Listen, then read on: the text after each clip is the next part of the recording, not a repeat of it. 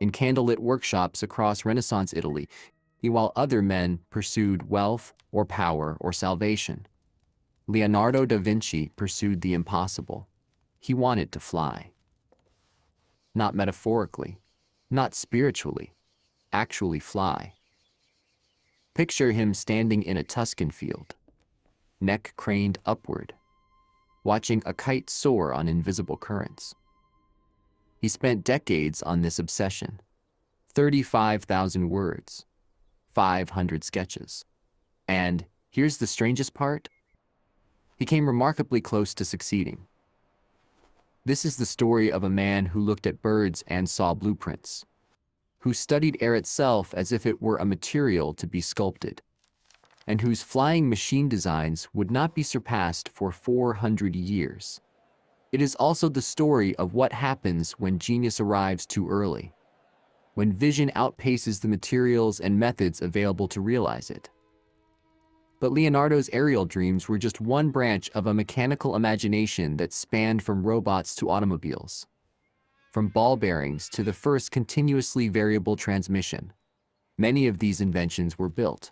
Some of them worked, and almost all of them were lost for centuries after his death, and the workshop where dreams took wing.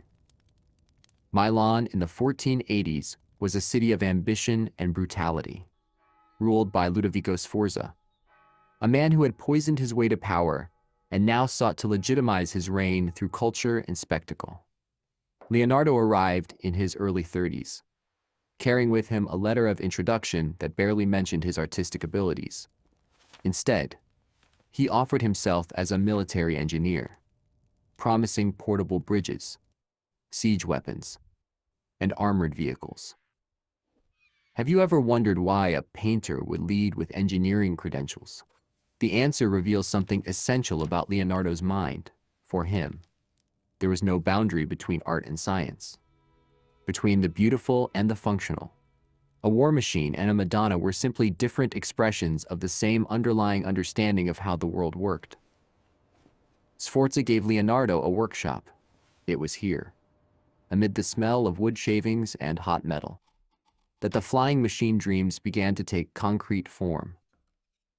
The first sketches appeared around 1487.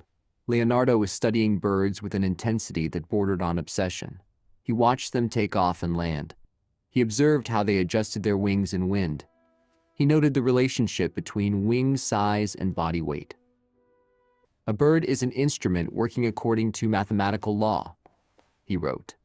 This single sentence contained a revolution. For centuries, flight had been the province of myth and magic, Daedalus and Icarus, angels and demons. Leonardo stripped away the mysticism and saw engineering. But how do you engineer something that has never existed? How do you build a machine to do what only living creatures have done? Leonardo's approach was characteristically methodical. He would understand flight by understanding air itself, the discovery that changed everything. Here is where Leonardo's genius truly emerged. He recognized that air was not empty space. It was a substance, a fluid medium that could be pushed against, that offered resistance, that could be made to do work. Think about that for a moment. You walk through air every day without giving it a thought. But imagine realizing, in an age before wind tunnels or aerodynamics, that the invisible stuff surrounding you behaves like water, that birds do not simply flap their way through nothing, but swim through an ocean of atmosphere. Leonardo filled pages with this insight. He studied how air flowed around objects. He examined the way wind interacted with surfaces of different shapes.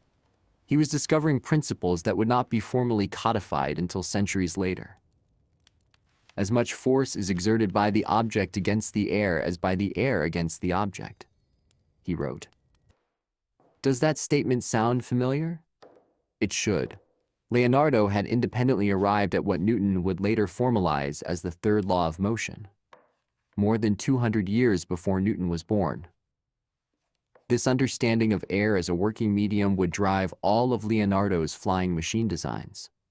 He was not simply strapping wings to a person and hoping for the best.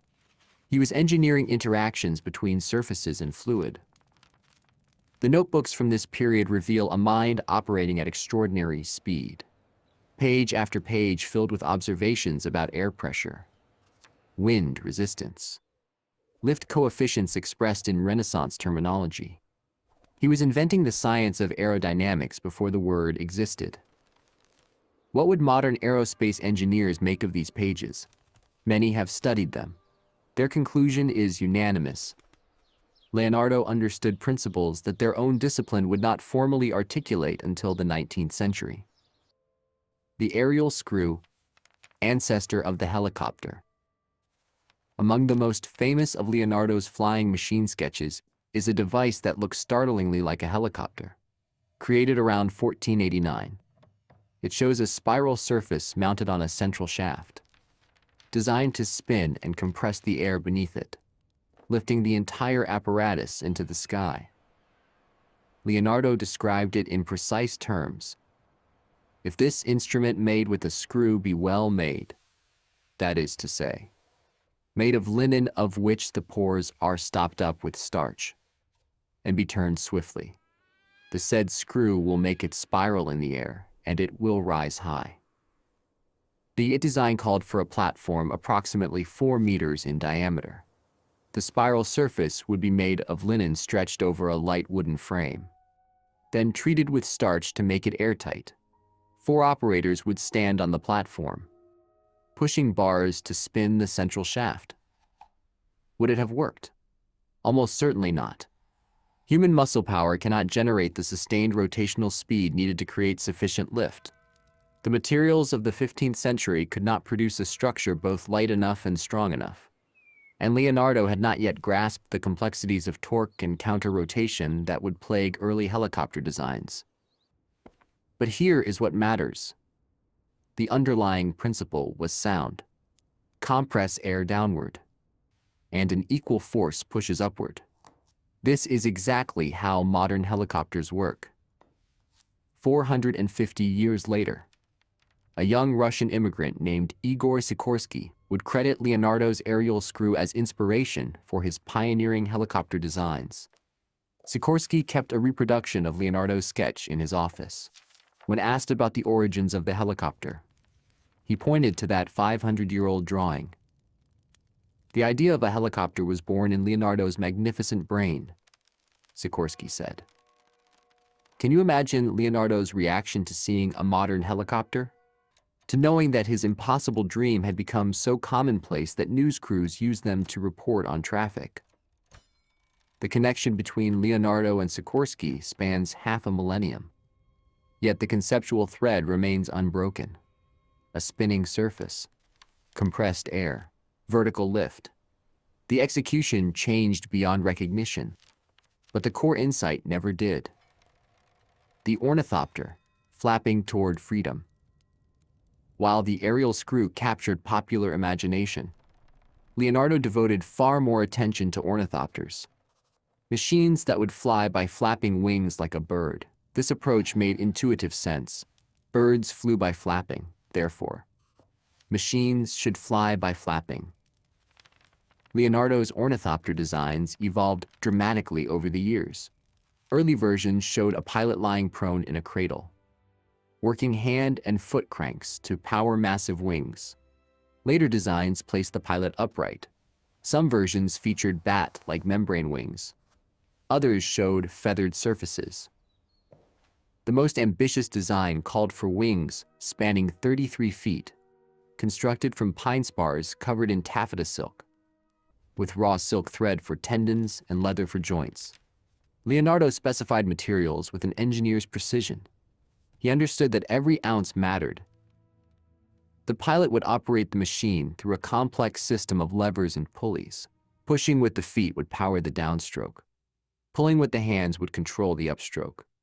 The entire contraption was designed to translate human motion into the fluid. Powerful wing movements of a bird.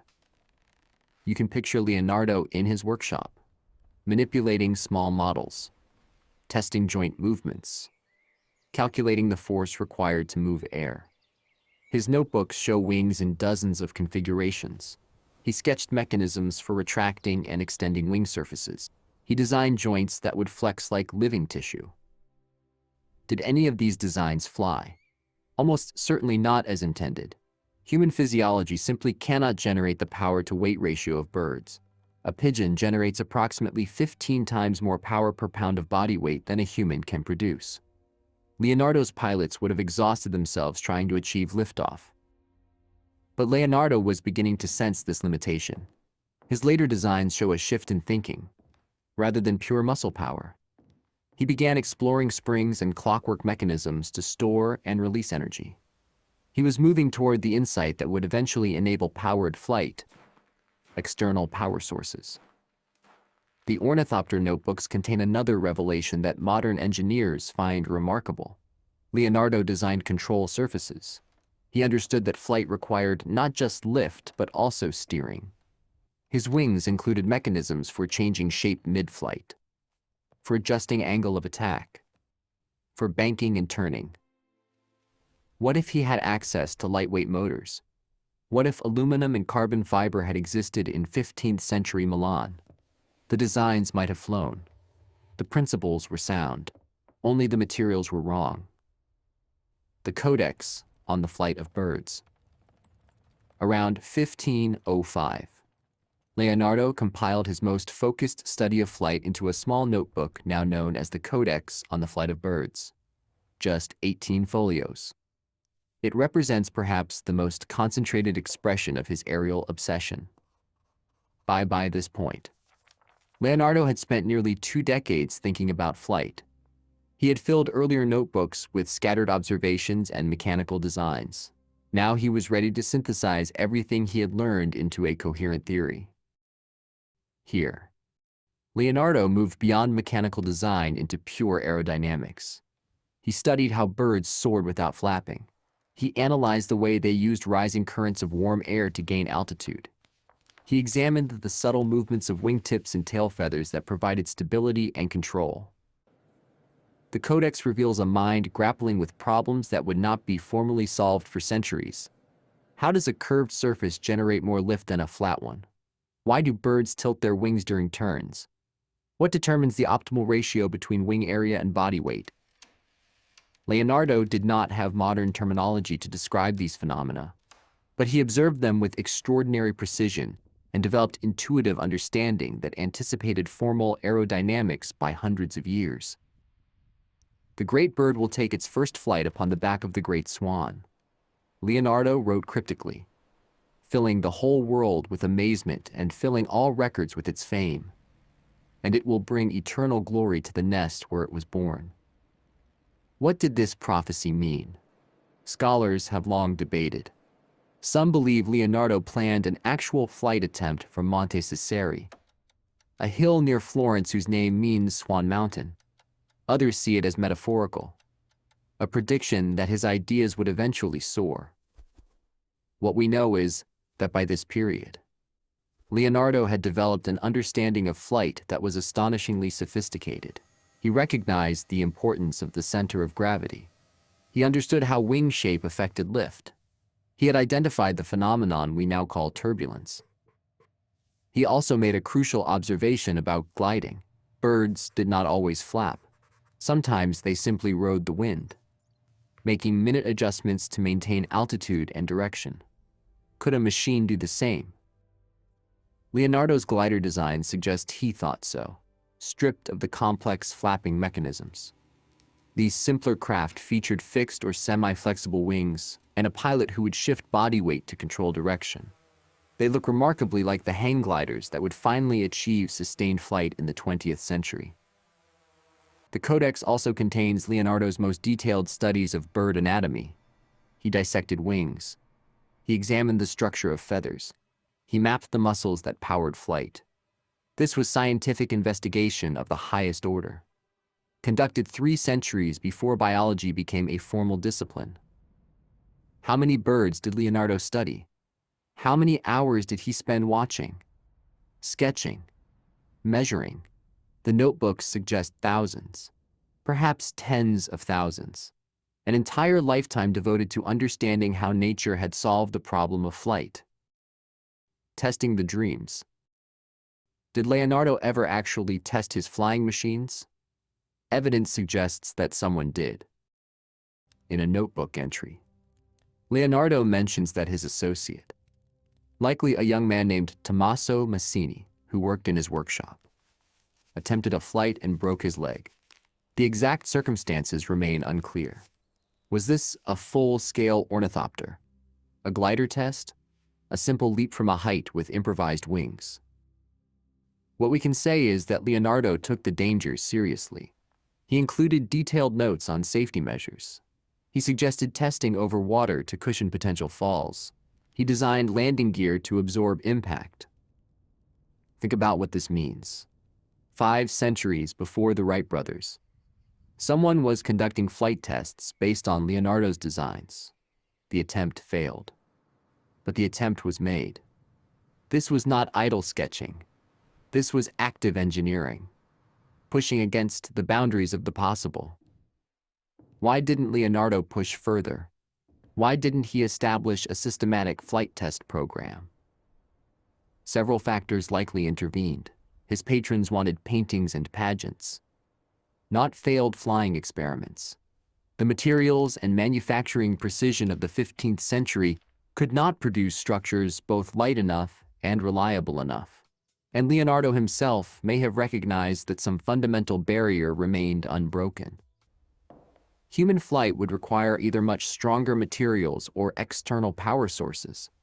Neither would become available for another 4 centuries. The broken leg of Leonardo's associate marked not defeat but the limits of an era. The dream was correct. The execution would have to wait for technology to catch up with vision. Beyond flight. The self-propelled cart. But Leonardo's mechanical imagination extended far beyond the sky.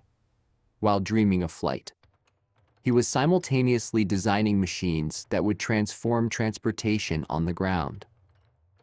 Around 1478, Leonardo sketched what many consider the first self-propelled vehicle in history. It was a 3-wheeled cart powered by coiled springs, capable of moving without being pushed or pulled. The design included a programmable steering mechanism and a braking system. For centuries, the sketch was considered merely theoretical. How could a 15th century design actually function? The mechanisms looked plausible, but no one had tested whether they would work in practice.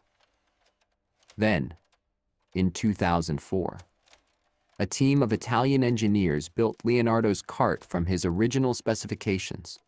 They used only materials and techniques available in Leonardo's time.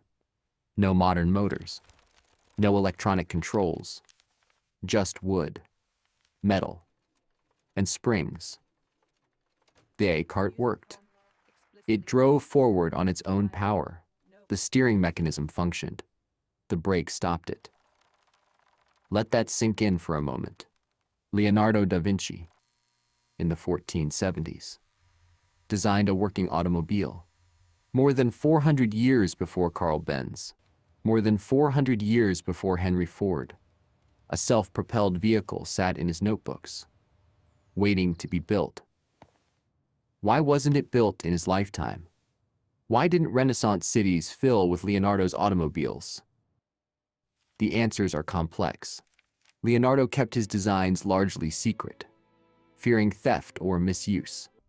His patrons wanted weapons and art, not toys that could carry people. And the applications for a self-propelled cart were not immediately obvious in an age when horses were plentiful and roads were poor. But the design was there. The engineering was sound. Leonardo had solved a problem that the world did not yet know it had. The 2004 test proved something remarkable about Leonardo's engineering methodology. His calculations were precise. His mechanical understanding was flawless.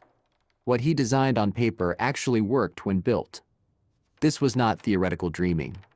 This was practical engineering conducted centuries ahead of its time. The robotic knight, a medieval android. Even more remarkable than the self-propelled cart was Leonardo's robotic knight.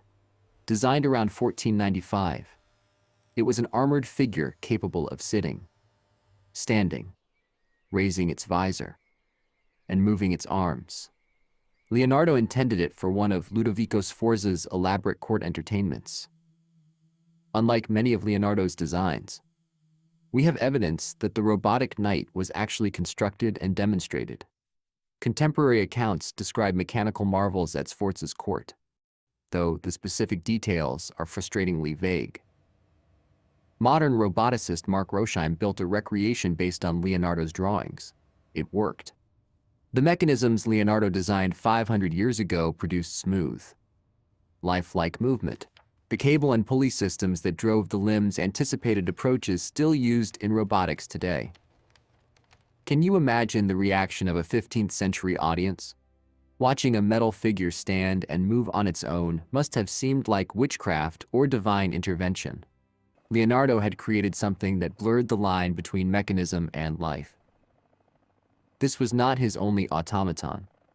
Leonardo also designed a mechanical lion that could walk forward and, at the climax of its performance, open its chest to reveal a bouquet of lilies.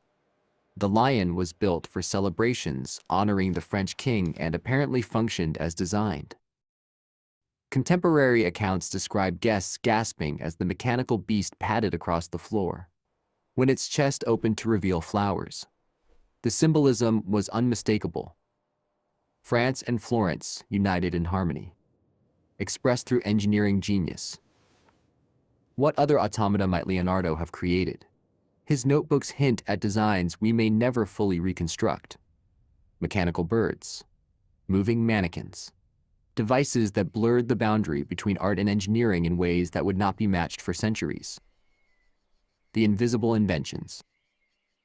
Some of Leonardo's most important mechanical innovations were so small, so seemingly simple, that they escaped notice for centuries. Take ball bearings. You probably don't think about ball bearings.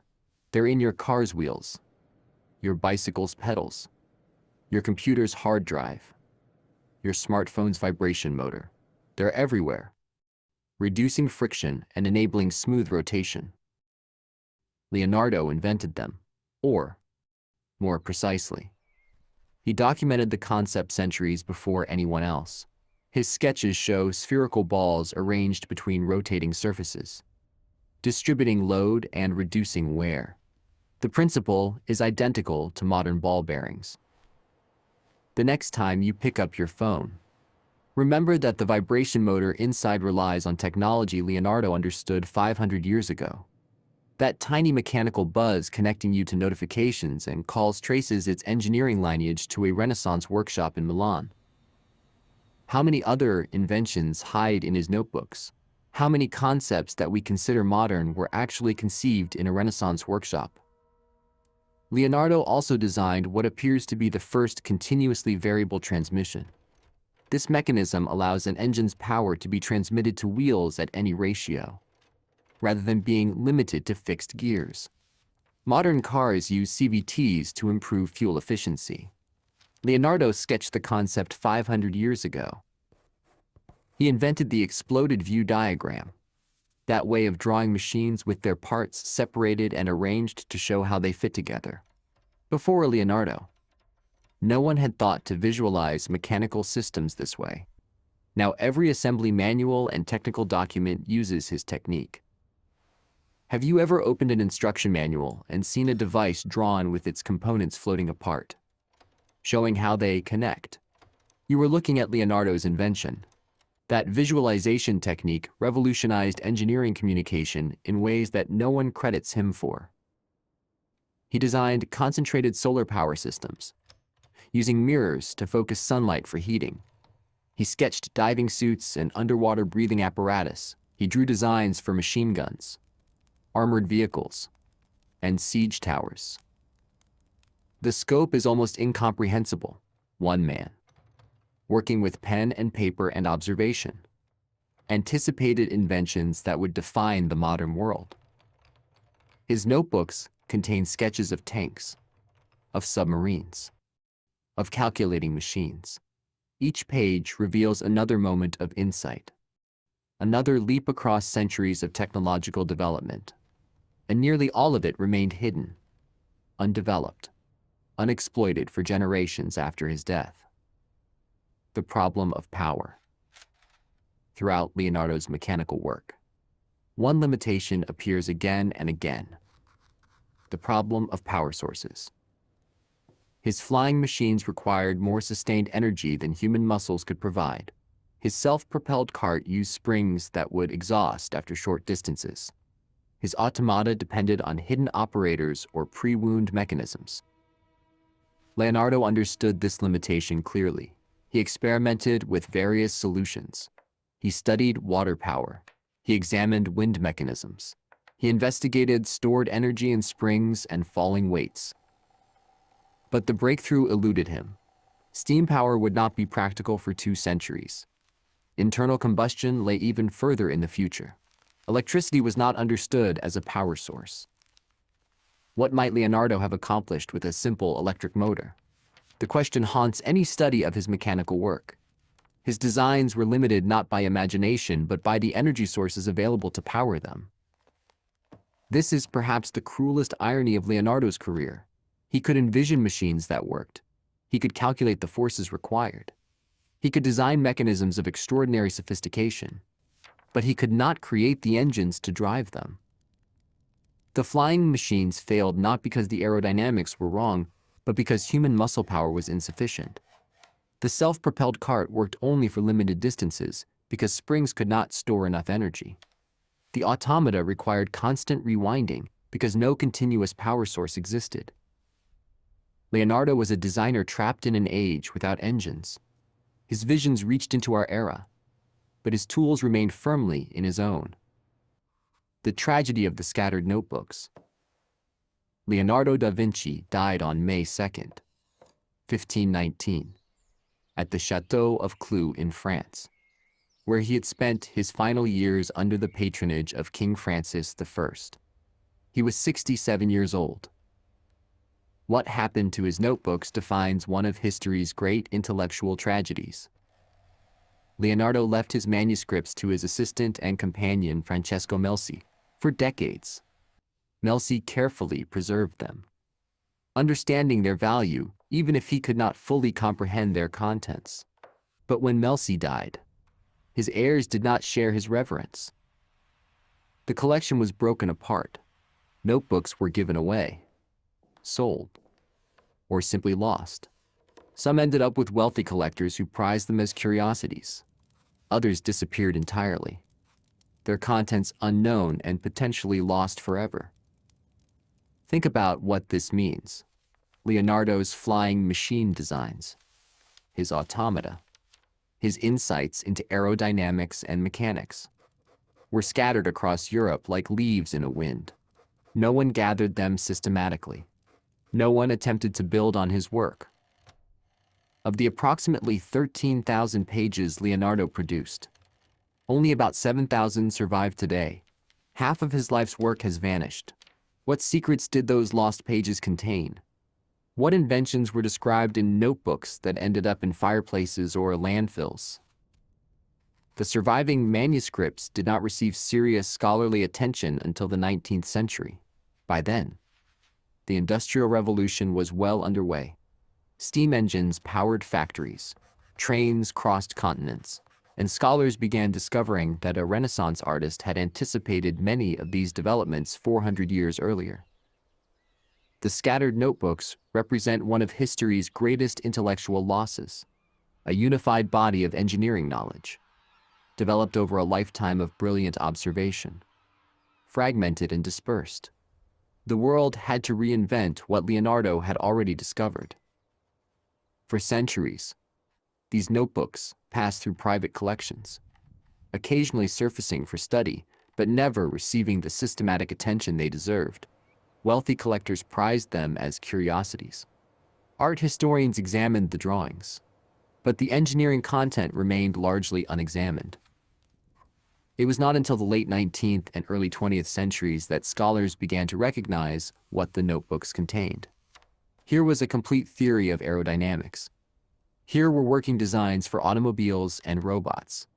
Here was an understanding of mechanics that anticipated the Industrial Revolution by 400 years. By then, of course, the world had independently developed these technologies. The airplane had been invented. The automobile was transforming society. Ball bearings were in every machine. Leonardo's priority as inventor was academic rather than practical. But the recognition came nonetheless, and it raised a haunting question that continues to provoke debate among historians of technology. The roads not taken. Here is the question that haunts any study of Leonardo's mechanical work. What if he had published? Leonardo wrote everything in his distinctive mirror script, right to left, readable only in a mirror. He never organized his notes for publication. He never systematically presented his discoveries to the world. When he died, his insights died with him, locked in scattered notebooks that would not be properly studied for centuries. Compare this with the Wright brothers.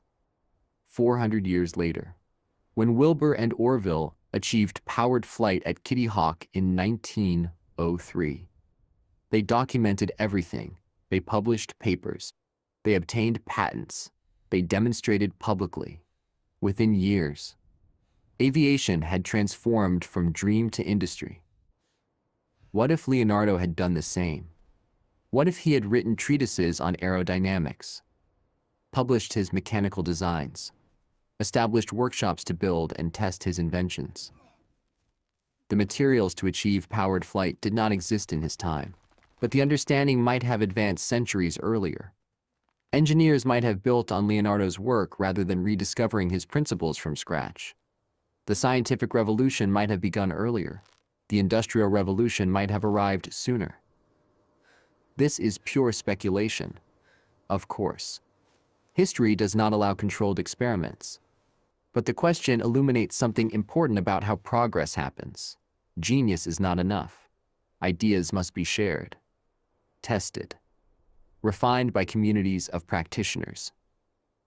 Leonardo worked alone. His insights remained isolated, and the world had to wait 400 years to reach the sky. Would you have published in Leonardo's position? Would you have shared your ideas knowing others might steal them? Knowing your patrons valued secrecy? Knowing your competitors waited to exploit any advantage? The choice was not simple. Leonardo had reasons for his secrecy, but the consequences of that choice echo across centuries of delayed progress. Modern echoes. Walk into any aerospace engineering program today, and you will find Leonardo's spirit alive in ways he could never have imagined. The biomimicry movement, which studies natural systems to inspire technological design, is doing exactly what Leonardo did in his bird studies. Researchers analyze how owls fly silently to design quieter drones. Engineers study the wing structures of bats to create more flexible aircraft surfaces. Leonardo would recognize this approach immediately. It was his approach. 500 years ago, watching kites and recording every detail of their flight. The modern patent system is filled with visionary designs that may never be built. Inventors sketch flying cars, space elevators, fusion reactors. Most will remain on paper, waiting for materials or methods that do not yet exist. They are following in Leonardo's footsteps, reaching beyond what is currently possible toward what might someday become reality. Is this productive or wasteful? Does dreaming ahead of capabilities advance progress or merely indulge fantasy? Leonardo's example suggests both answers are true. His designs did not directly enable flight. The Wright brothers did not study his notebooks, but his work demonstrates that certain problems can be solved, that certain visions are not mere fantasies. Sometimes knowing that an answer exists is enough to inspire others to find it independently. Consider modern visionary patents. Companies file claims on technologies that cannot yet be built. Entrepreneurs sketch solutions to problems that do not yet exist. Are they wasting their time? Or are they mapping territory that future engineers will explore? Leonardo's notebook suggests the mapping has value even when the territory cannot yet be traversed. His designs for flight were correct in principle. The fact that they could not be built in his lifetime does not diminish their contribution to human understanding. The persistence of dreams. Emotion value warm.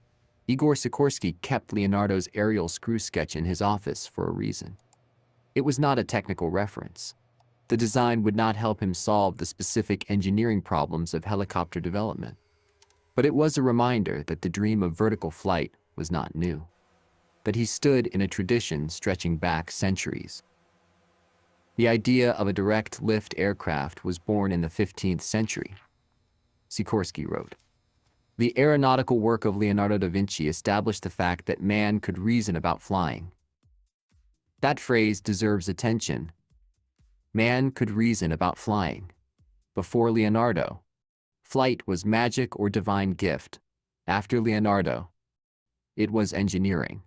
The shift in thinking mattered as much as any specific design. You can see this shift in Leonardo's notebooks. He never invokes supernatural forces. He never appeals to divine intervention.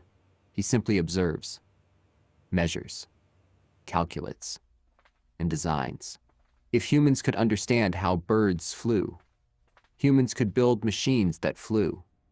It was a problem to be solved, not a mystery to be worshipped. This rational confidence, this belief that nature's secrets are accessible to careful study, would define the scientific revolution. Leonardo did not cause that revolution, but he embodied its spirit before it had a name. Every engineer who tackles an impossible problem carries a piece of Leonardo's legacy. The confidence that understanding leads to capability. The faith that nature's mechanisms can be replicated artificially. The persistence to continue designing even when current technology cannot build what is designed.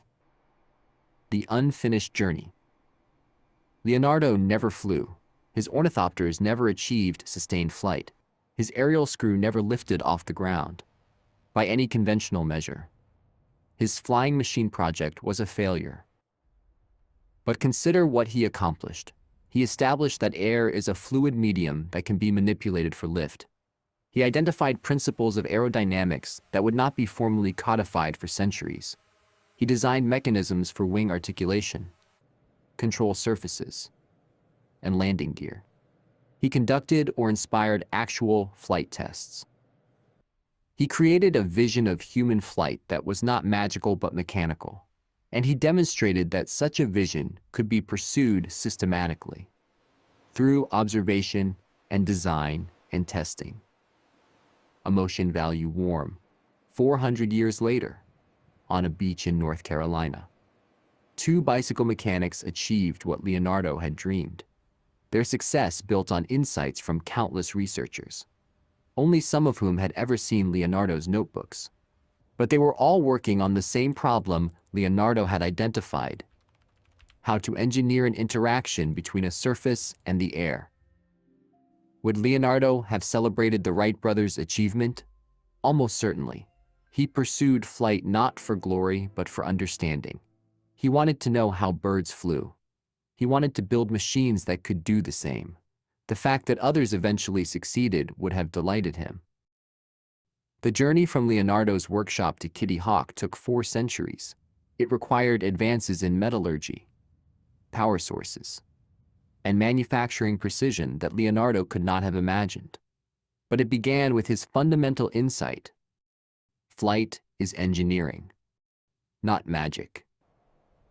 What remains? Today. Leonardo's flying machine sketches hang in museums around the world. The aerial screw has become an icon, reproduced on everything from coffee mugs to corporate logos. Documentaries celebrate his visionary genius. Engineers continue to build and test his designs. But the real legacy is harder to photograph. It lives in the approach Leonardo pioneered: the patient observation of natural phenomena, the application of reason to seemingly impossible problems, the willingness to design beyond current capabilities. Every engineer who sketches a concept that cannot yet be built is following Leonardo. Every researcher who studies animal locomotion for mechanical inspiration is working in his tradition. Every dreamer who looks at the sky and imagines flying is sharing his ancient obsession. The aerial screw never flew. The ornithopters never sustained flight. The gliders, if tested, achieved only brief moments aloft.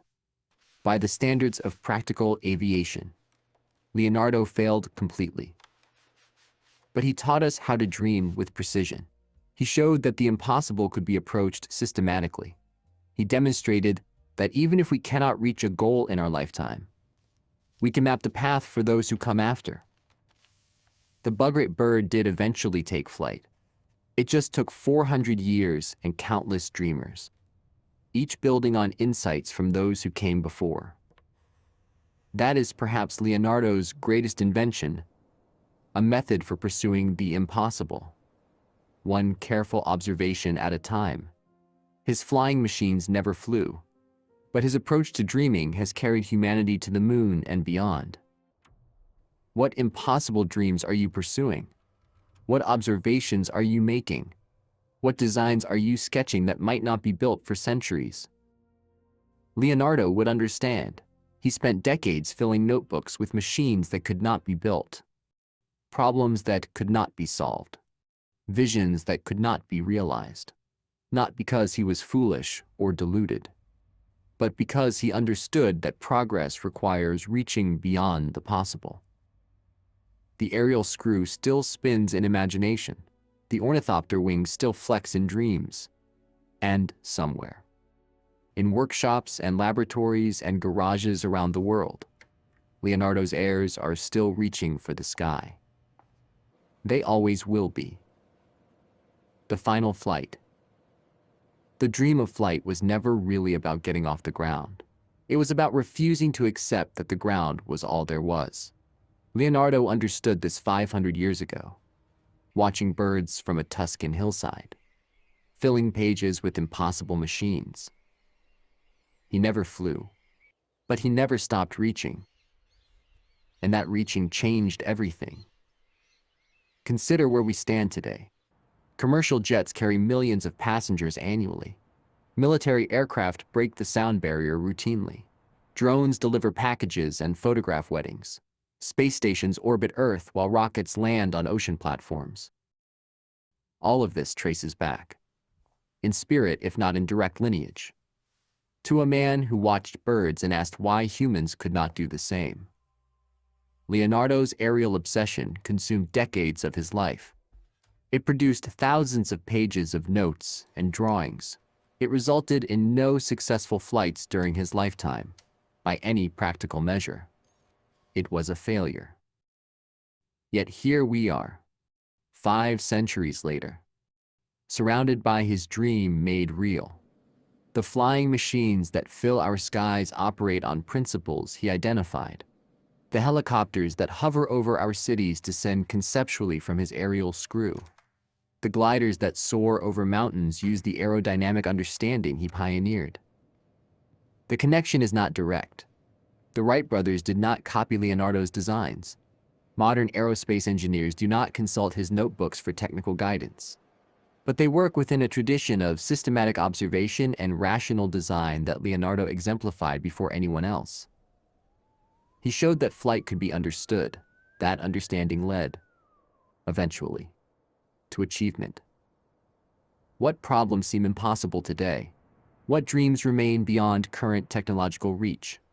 Someone, somewhere, is filling notebooks with solutions that cannot yet be built. They are mapping territory that will not be explored for generations. They are doing exactly what Leonardo did, and their work, like his, may not bear fruit in their lifetimes, but it will contribute to human understanding. It will advance the long project of mastering nature through observation and design. Think about the technologies that seem impossible now. fusion power, interstellar travel, artificial general intelligence. Somewhere, engineers and scientists are sketching solutions that current technology cannot realize. They are doing exactly what Leonardo did when he drew ornithopters with 33-foot wingspans. Are they wasting their time? Leonardo's example suggests not. The sketches matter. The calculations matter. The systematic thinking matters, even when the execution must wait for future generations. The first helicopter flew in 1939, 450 years after Leonardo sketched his aerial screw. The first successful glider flights occurred in the 1890s, nearly 4 centuries after Leonardo designed his hang glider prototypes. The timing suggests not failure but patience, not wrong ideas but premature ones. What Leonardo lacked was not insight but infrastructure, not understanding but engines, not vision but the industrial base to realize that vision. Given modern materials and power sources, many of his designs would function exactly as intended. This is the lesson that echoes across centuries. Innovation happens in 2 stages: conception and realization. Leonardo excelled at conception. The realization had to wait for others. But without conception, there can be no realization. Without the dream, there can be no achievement. Without Leonardo standing in Tuscan fields watching birds soar, without his decades of patient observation and calculation, without his notebooks filled with impossible machines, the tradition of systematic aeronautical research might never have begun. He planted seeds that would not sprout for centuries, but they did sprout, and they have grown into a forest that now covers the earth. Leonardo da Vinci never flew, but he taught humanity how to dream of flying with precision, with calculation, with systematic method. That lesson has lifted us higher than he ever imagined. And we are still climbing.